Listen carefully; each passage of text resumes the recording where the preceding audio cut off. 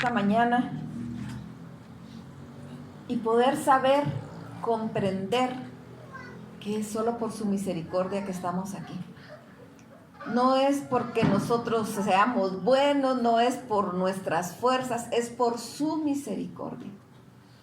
Y la palabra nos dice, ahí Ricardo leía en el estudio, que el Señor rompe todo argumento mental, ¿verdad? Nos dice la palabra en 2 Corintios, que se antepone contra el Señor.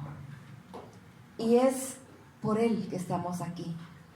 Y yo no sé quiénes de nosotros podemos recordar el momento cuando le entregamos nuestra vida al Señor. En mi caso, yo pues conocí al Señor de 5 años, nací en un hogar cristiano y le entregué mi corazón al Señor de 5 años y no lo recordaba. Y yo le pedí al Señor que me lo recordara y me lo recordó. Hasta como que me estaba pasando una película y pude ver hasta el vestido que cargaba. Era un vestidito celeste, hermoso.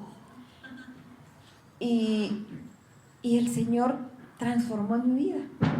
Y a mí me gustaría que cada uno pudiéramos hacer ese ejercicio y tratar de recordar. Y si no lo recordamos, pidámosle al Señor que nos lo recuerde.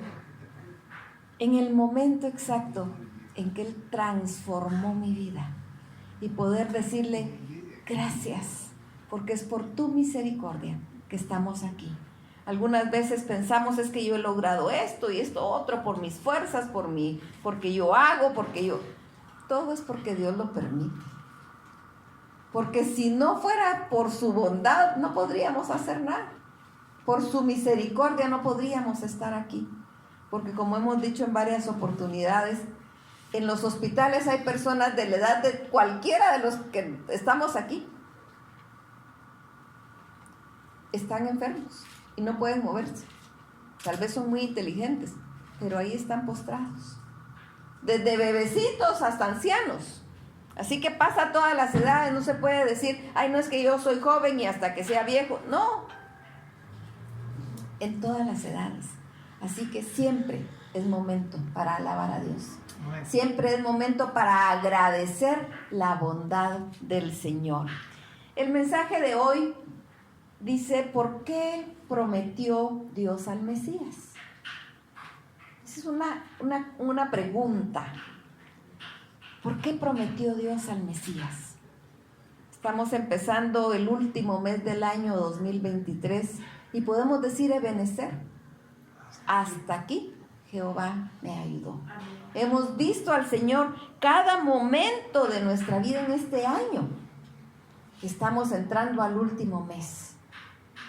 Y recordamos que amó Dios tanto al mundo que envió a su Hijo unigénito para que todo aquel que en Él crea no se pierda, mas tenga vida eterna. Y vamos a estudiar esto. ¿Por qué fue necesario que Dios enviara, que Dios prometiera a un Mesías? Bendito Padre, gracias te damos porque tú eres bueno. Gracias por tu misericordia. Gracias por tu amor tan grande con el que nos has amado. En tu nombre, Señor, vamos a abrir tu palabra para que tú la envíes, Padre, y hagas todo aquello para lo cual la envías. Tú conoces el corazón de cada uno que esté escuchando, tanto aquí como en casa. Llena de tu palabra, de tu poder, de tu amor, de tu entendimiento cada corazón, Señor, en el nombre de Cristo Jesús. Amén. Amén. Bien, ¿por qué envió Dios al Mesías? ¿Por qué fue necesario que Dios enviara al Mesías? Él prometió, desde el Antiguo Testamento nosotros encontramos la promesa del Mesías. Desde Génesis encontramos nosotros esa promesa. Pero ¿por qué tuvo que prometer él un Mesías? Por el pecado. El pecado vino a ser como un barranco entre Dios y el hombre. Un barranco el cual el hombre no puede pasar. No tiene forma, tiene acantilado ahí y no puede atravesarlo para poder regresar a Dios, para poder volver a Dios. Así como esa relación que tenía en el principio Adán y Eva. Nos menciona la palabra en Génesis, y digo regresar a Dios no pensando en una preexistencia, ¿verdad? Sino que pensando en esa relación que tenía Dios con el hombre, con Adán y con Eva. Nos dice la palabra que el Señor se paseaba por el huerto y platicaba con ellos. Ya no tenemos esa relación. Ya no viene Él a pasearse. Por supuesto, luego del cumplimiento de esta promesa, Jesucristo abrió la puerta para que nosotros entremos. Pero en ese momento, cuando se dio el pecado de desobediencia, que fue el pecado que se dio, el primero, y como hemos dicho, los pecados se encadenan. Después de un pecado vino otro y vino otro. Dios les había dicho: de ese árbol no van a comer. Y llega la serpiente y tienta a Eva. Y dice que ella vio el fruto deseable. Y entonces yo me he puesto a pensar, ¿qué fruto no es deseable? Si vemos nosotros, de repente no han desayunado, pero vamos a mover ahí. Pensemos en un melocotón. Miramos el melocotón tan hermoso, sus colores. Si lo partimos, es jugoso, es sabroso. Y entonces nos dan ganas de darle una mordida, ¿verdad? ¿Cómo sabrá esa fruta amarilla, hermosa? O pensemos en una manzana, o en una sandía, o en un melón, o qué sé yo, ¿verdad? ¿Qué fruto no es apetecible? La tradición ha dicho que fue una manzana, pensando en que era un fruto apetecible. Sin embargo, la palabra solo dice que era un fruto, que fue apetecible a su vista. Así es el pecado. Es apetecible a nuestra vista. Es apetecible a nuestros sentidos. Ese es el problema del pecado. El pecado no es algo indiferente. Es algo que realmente viene a tocar nuestra necesidad, nuestra situación, nuestros sentidos. Algunas veces nosotros podemos criticar a otra persona que cayó en un pecado porque no para todos el mismo pecado es apetecible. Hay personas para quienes son muy débiles para una situación y otros para otra y otros para otra.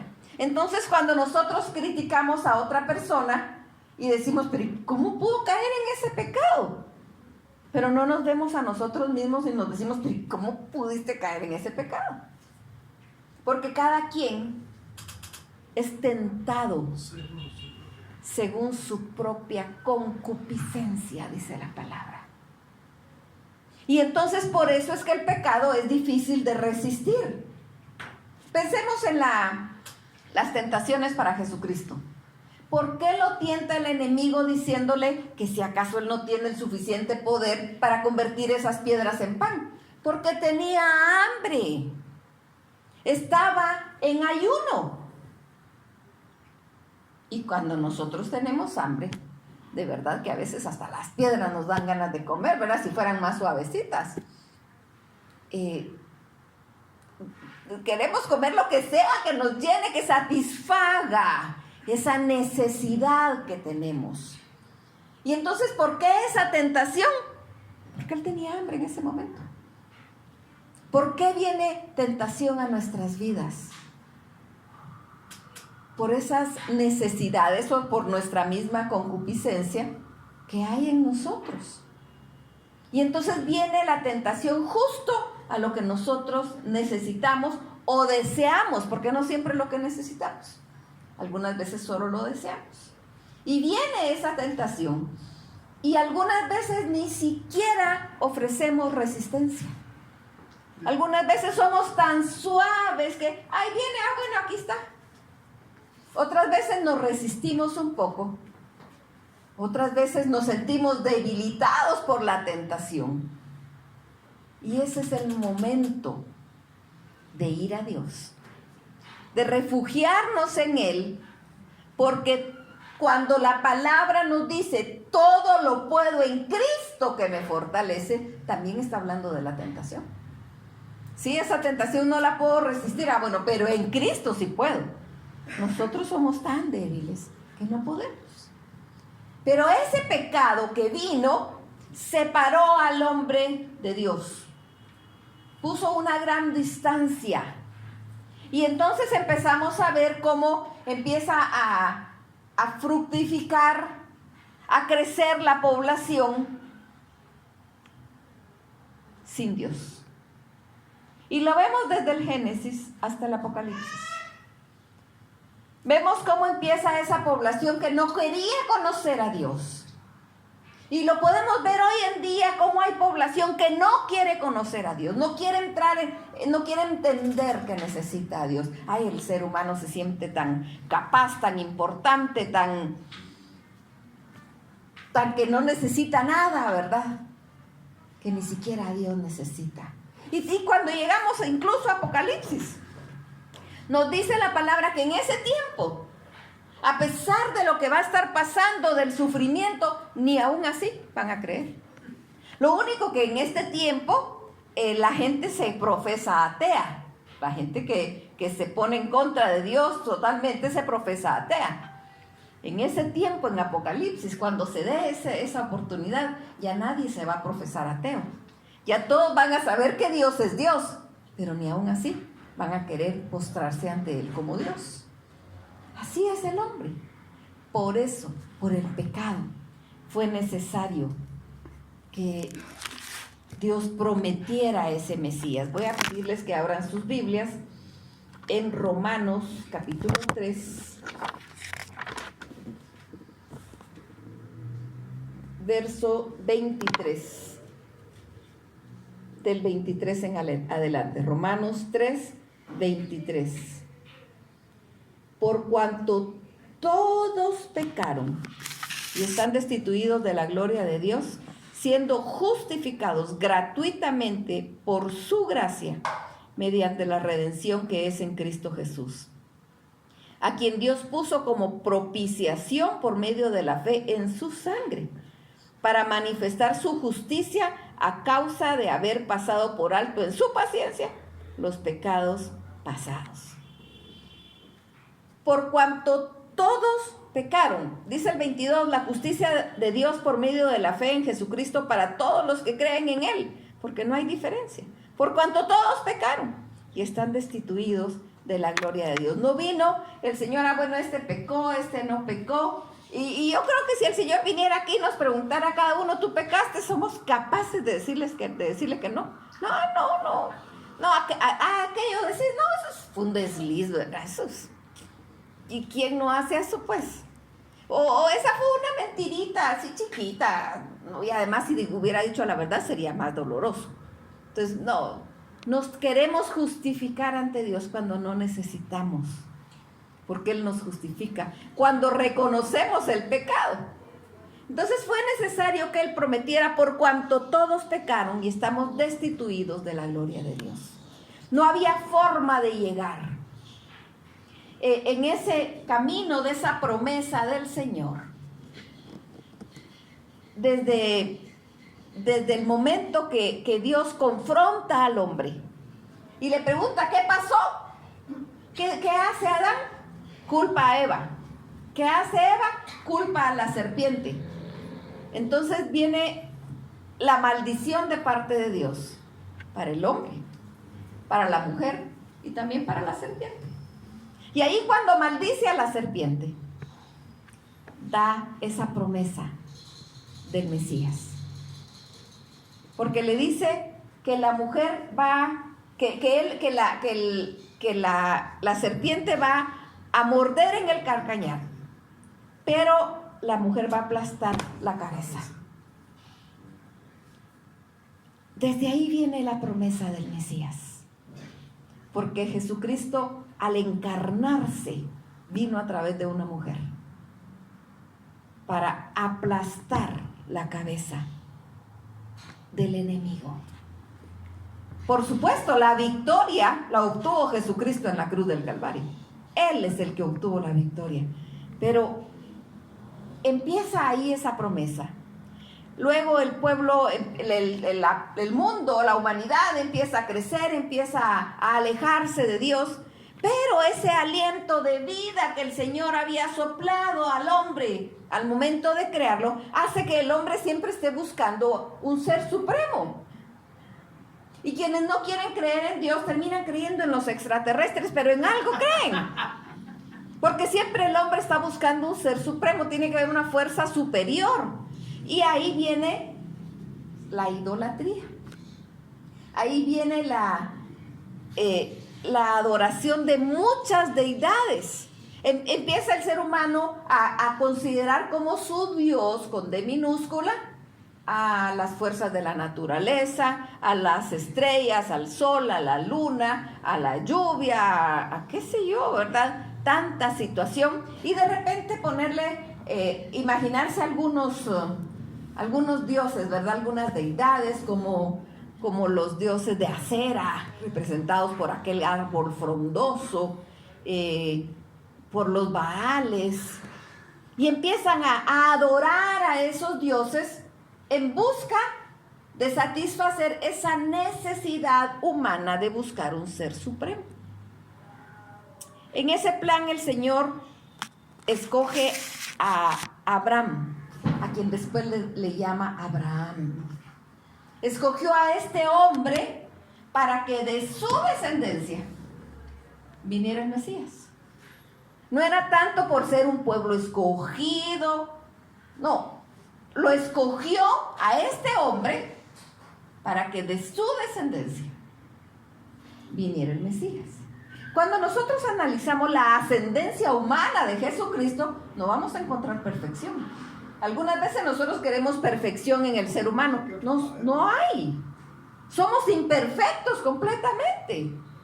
Y cuando empezamos a ver, bueno, ¿quién era Rahab? Ni siquiera era del pueblo de Israel. Rahab, la ramera que estaba en Jericó, que ayudó a los espías. Ella es de la ascendencia de Jesucristo. Noemí, la moabita, tampoco era del pueblo de Dios. Ella le dice a su suegra: tu pueblo será mi pueblo y tu Dios será mi Dios. No sabía ella que estaba eligiendo al único Dios verdadero. Amén, amén. Al Dios todopoderoso. No estaba escogiendo a cualquiera de los montones que había. Estaba escogiendo al verdadero. No lo sabía, pero Dios sí.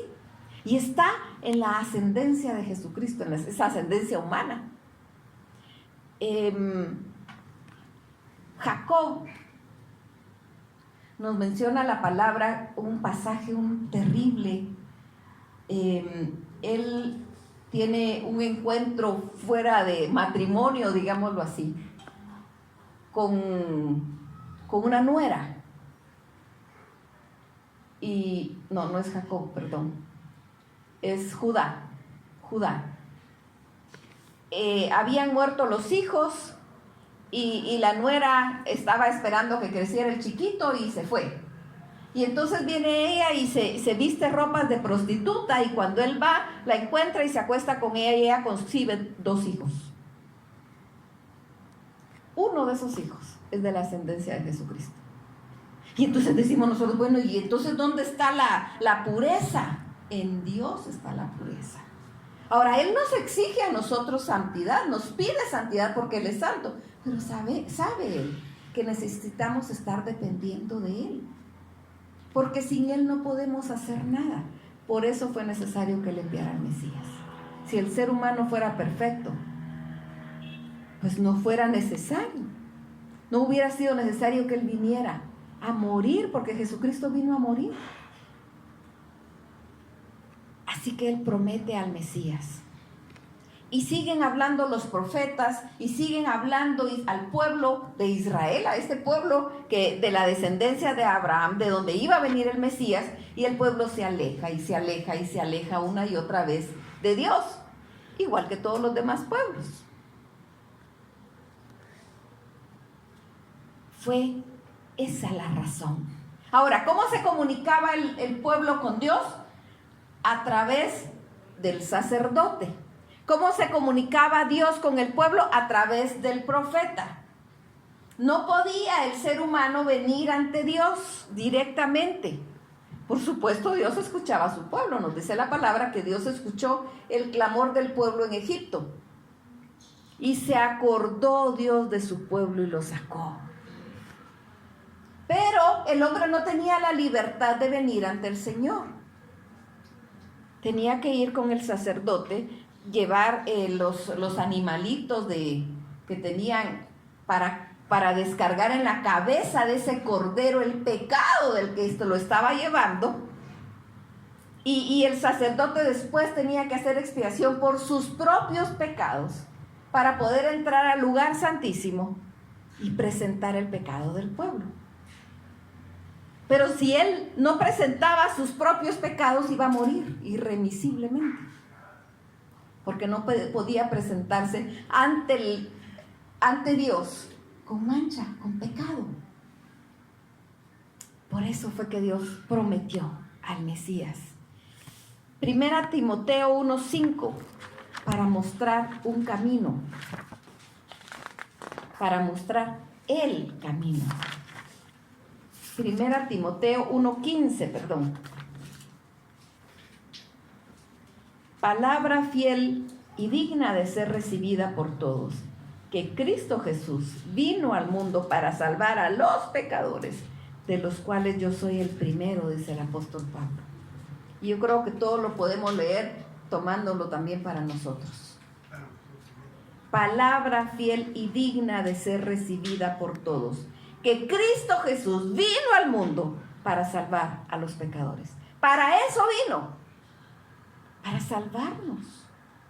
Bueno, ¿y qué será que nosotros merecemos que nos salven? Porque, ay, es que soy tan bueno, soy tan bonito, qué sé yo, ¿qué podemos decir? No merecemos nada. Este siglo XXI está ahí, llena la mente de las personas de decir, yo merezco, es que yo merezco. Es que esto yo me lo merezco. No merecemos nada. No merecemos nada más que la muerte eterna. Pero es por su amor, por su misericordia, que Jesucristo vino para darnos vida y vida eterna. Veamos Juan 14:6.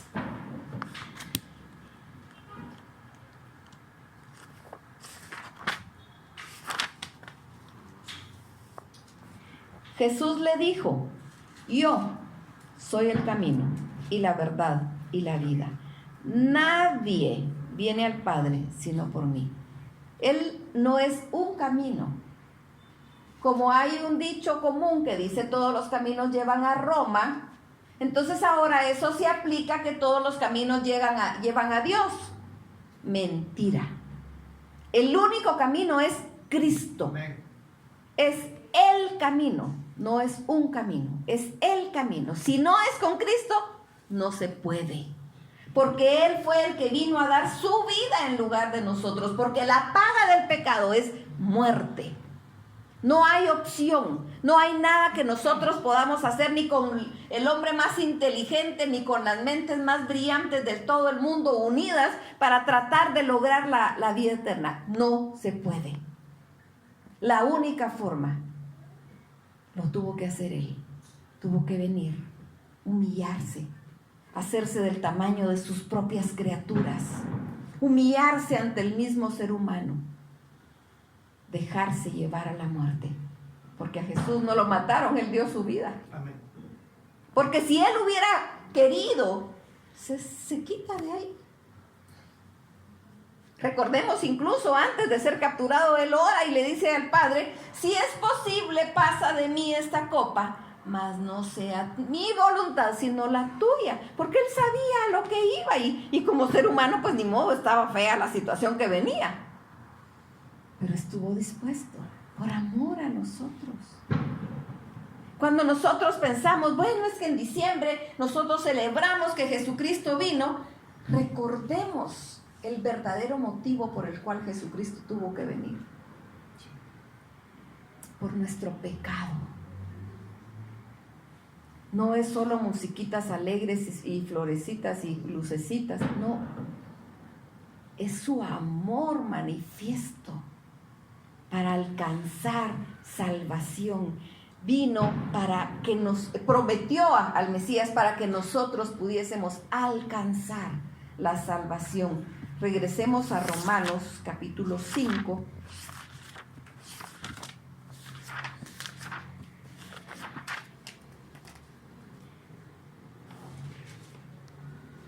Justificados pues por la fe, tenemos paz para con Dios por medio de nuestro Señor Jesucristo, por quien también tenemos entrada por la fe a esta gracia en la cual estamos firmes y nos gloriamos en la esperanza de la gloria de Dios.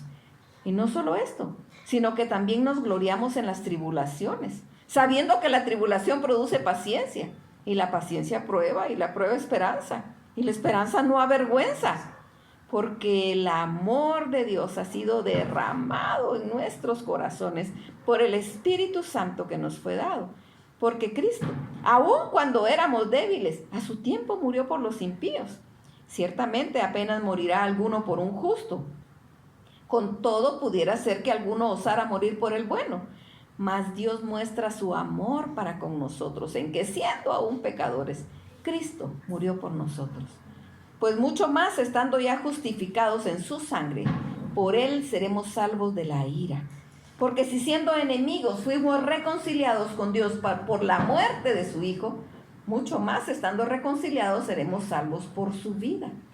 Y no solo esto, sino que también nos gloriamos en Dios por el Señor nuestro Jesucristo, por quien hemos recibido ahora la reconciliación. Por tanto, como el pecado entró al mundo por un hombre y por el pecado la muerte, así la muerte pasó a todos los hombres por cuanto todos pecaron. De eso es lo que nos vino a salvar Jesucristo, de esa muerte eterna, porque no hay opción. Una persona que se quita la vida piensa, no aguanto la vida. Ya no soporto lo que estoy viviendo, me voy a quitar la vida. El problema es que ahí no terminaron sus problemas. Ahí empezaron. Los problemas no se acaban al terminar esta vida, porque la paga del pecado es muerte. Viene una vida eterna de condenación. En cambio, cuando nosotros pasamos de muerte a vida a través del sacrificio de Jesucristo, Él nos da vida eterna. Por eso cuando muere un familiar que muere en Cristo, nos duele, por supuesto, nos hace falta. Pero sabemos, tenemos la certeza que está con el Señor. Allá donde no hay más llanto, ni más tristeza, ni más dolor. Que ha pasado de muerte a vida. No así los malos, dice la palabra, que son como el tamo que arrebata el viento. Y hay algo importante. La salvación no es solo para la vida eterna, también es para acá. Porque cuando estamos aquí siendo hijos, sabemos que tenemos un Padre. Y si tenemos un Padre, sabemos a quién acudir. Y en cualquier momento, en cualquier situación, tenemos a quién correr. Y decir, Señor, no aguanto, Señor, no entiendo, Señor, ayúdame. ¿Por qué hacemos eso? Porque tenemos Padre. Esa idea, ese concepto paternal de Dios, no lo encontramos en el Antiguo Testamento. Está en el Nuevo Testamento con Jesucristo. Él es quien introduce esto. Así que tenemos Padre. No es solo que vamos a vivir con Él y morar por la eternidad. Jesucristo dijo, voy pues a preparar lugar para que donde yo esté, vosotros también estéis. Es para que aquí tengamos vida y vida en abundancia. Para que aquí podamos entrar confiadamente ante el trono de su gracia. Para encontrar el oportuno socorro.